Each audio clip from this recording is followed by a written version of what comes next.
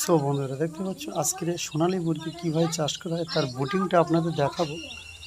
এইভাবে আপনারা প্রথম পেপার দিয়ে আপনারা প্রথম জলটা দেবেন, জল দেওয়ার পরে আপনারা 3 ঘন্টা পর খাবারটা দেবেন।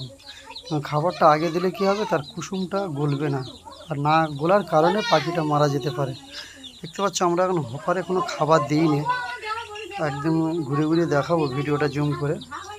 আর এখানে যে যার মতন জল খাচ্ছে, আপনারা ভিডিওটা দেখছেন। এটা অল্প 200 মুরগির ওপরে তার লালন পালন করছে। যদি লাভবান হয় ফার্মার, আগামী দিন হাজারখানিক করবে, সেরকম তার ইচ্ছা আছে।